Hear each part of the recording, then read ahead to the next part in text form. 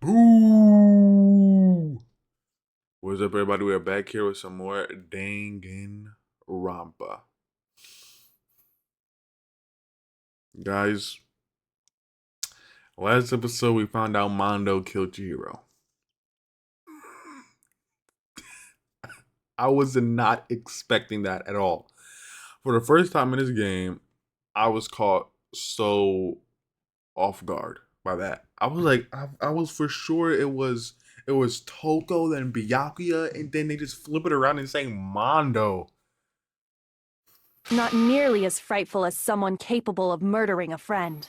I thought Mondo liked Chihiro because he was blushing when they talked that last time. So like my statement before had to be right. He found out Chihiro wasn't a girl but a boy, and he was like, "Oh heck no," and then lashed out.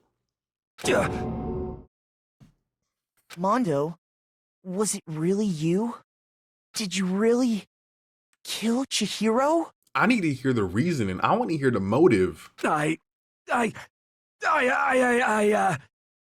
You couldn't accept you were gay. didn't kill anyone! You've been all over me, judging everything I say, putting words in my mouth.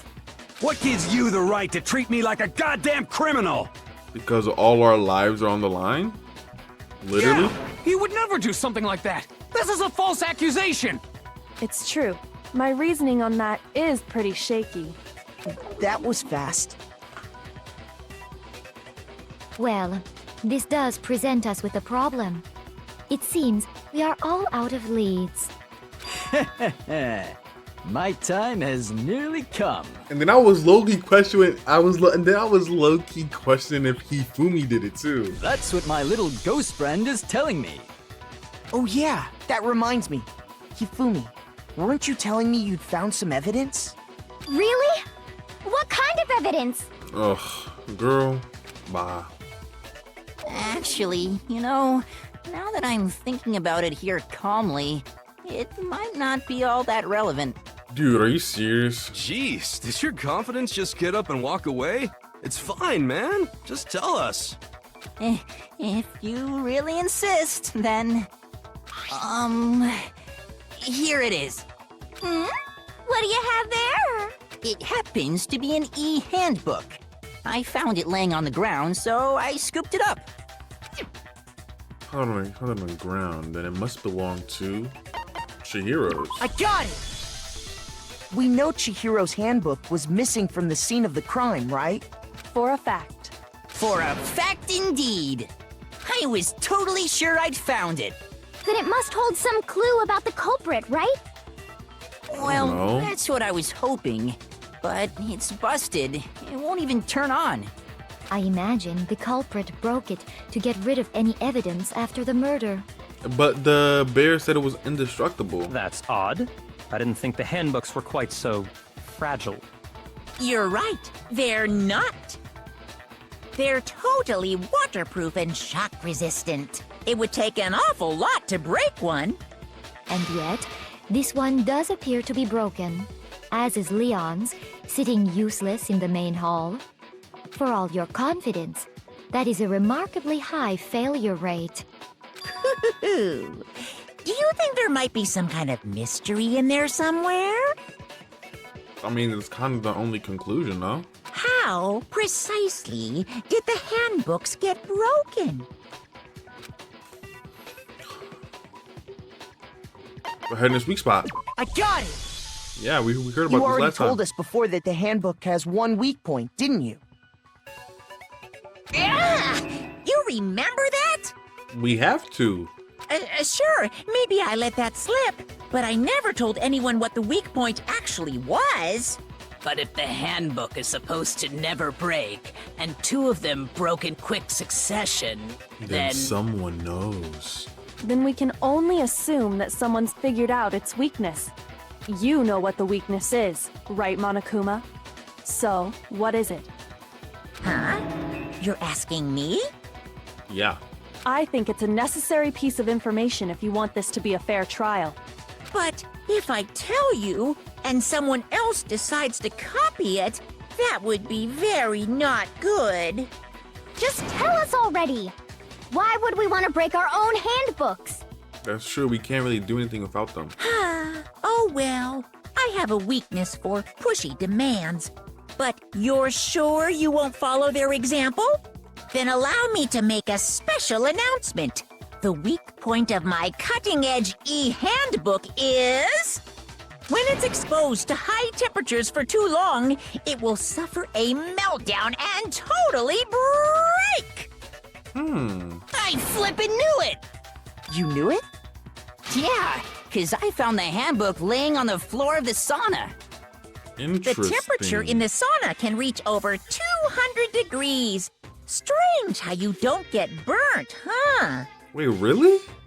It can? I never knew that. Well, I've never been in the sauna, but... It's because Still. as your sweat evaporates, it creates a cooling layer of air around your skin. Oh. If the hot air of the sauna were somehow pushed directly onto your skin, you'd definitely get fried. Also, what's the point of a sauna? I know it's to lose like water weight, right?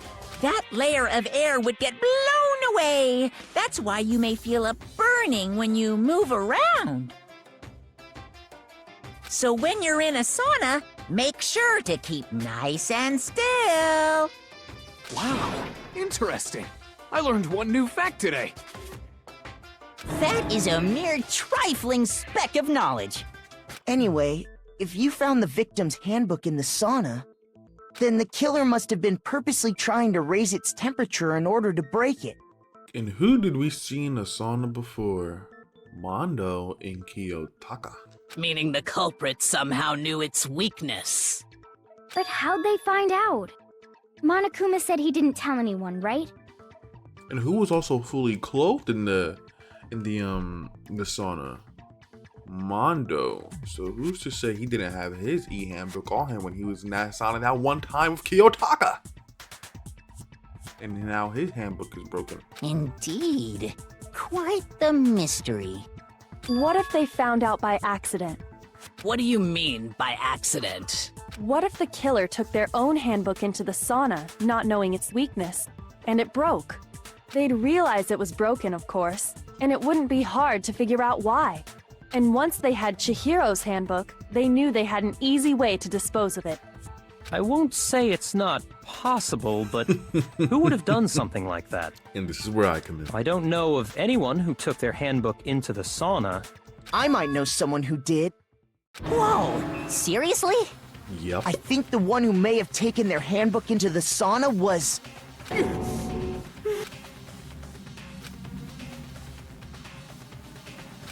It was Mondo.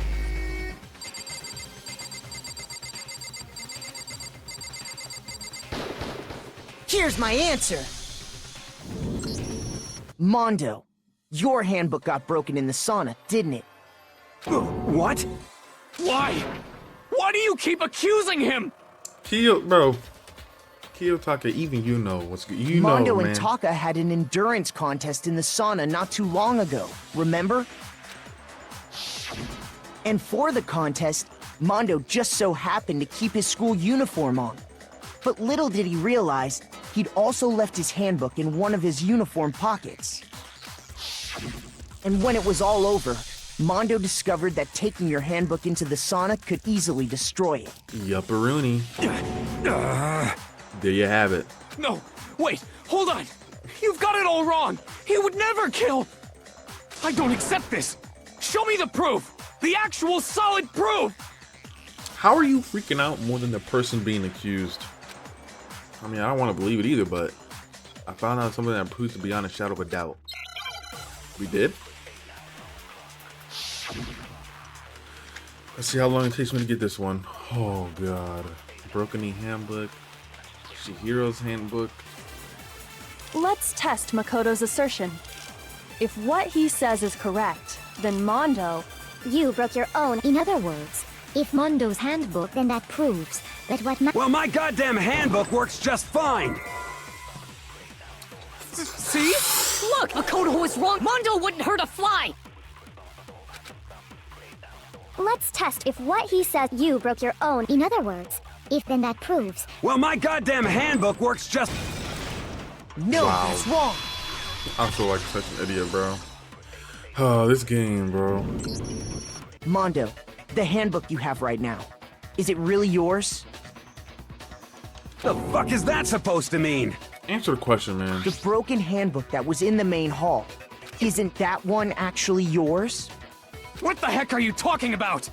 What I mean is, I think Mondo swapped his handbook out for one that actually works. I think he took Leon's handbook and replaced it with his own. After all, Monokuma said himself that Leon's handbook never should have broken.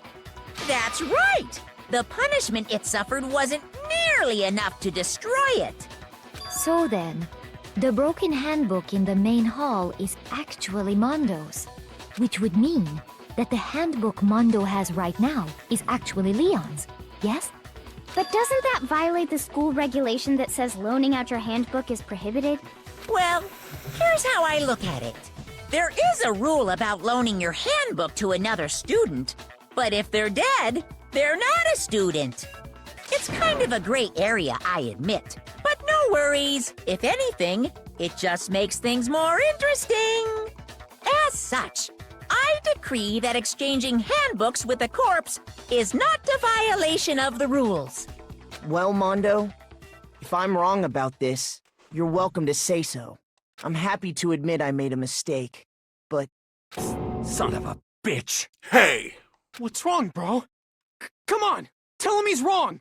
You are wrong! You have to be wrong! Everything you just said is wrong! You made it all up! Okay, then why don't we look back on this case one more time, from the beginning? Or, better yet, just have him open the handbook in front of all of us. It says the name of the person it's supposed to be for on it anyway. We literally did the same for what's her name? For Sayaka. We opened Sayaka's thing and it said her name.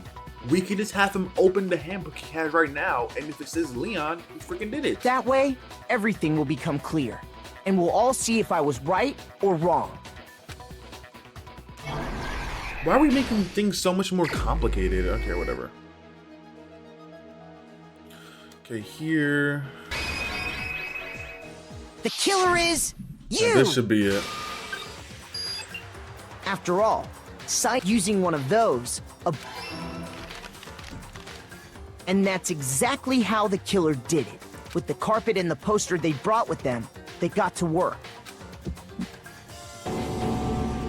They changed the layout of the boys' and girls' locker room in what you might call a crime scene switch. I don't really think that's what they call it, but okay. That could have been the end of things, but no. Byakuya discovered the body and decided to intervene in the situation, making things even more complicated. So, after stumbling on the crime scene, he went and grabbed the extension cord from the library, and then he got to work.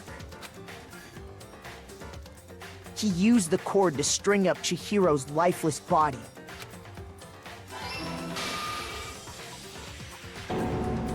Then, using the victim's own blood, he left a grisly message there at the scene of the crime. He wanted to create the illusion that Genocide Jack was responsible for the slaughter. And around the same time that Byakuya was putting together this facade, the killer, having already disposed of Chihiro's bag and other belongings, arrived at the sauna. There, they planned to destroy the last piece of evidence, Chihiro's handbook. And just as the killer expected, the steamy sauna was enough to ruin the electronic gadget. Somehow, the killer knew that the handbook couldn't stand up to the heat of the sauna. And the reason they knew that is because the sauna had already wrecked their own handbook. And that's how it all played out.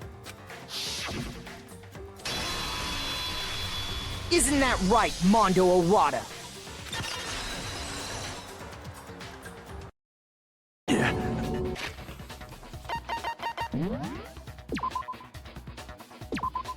And I'm done there. There's gonna be 2 big parts of this video that are cut out because it's just me sitting there trying to figure this stuff out. Oh my god, that took so long to figure out. I literally had to Google it to figure that closing argument, man. Oh my god. I hope you guys enjoyed the video. Hope I was able to make you laugh, and I hope I made your day a little bit better. I'll catch you guys in the next one. Goodbye.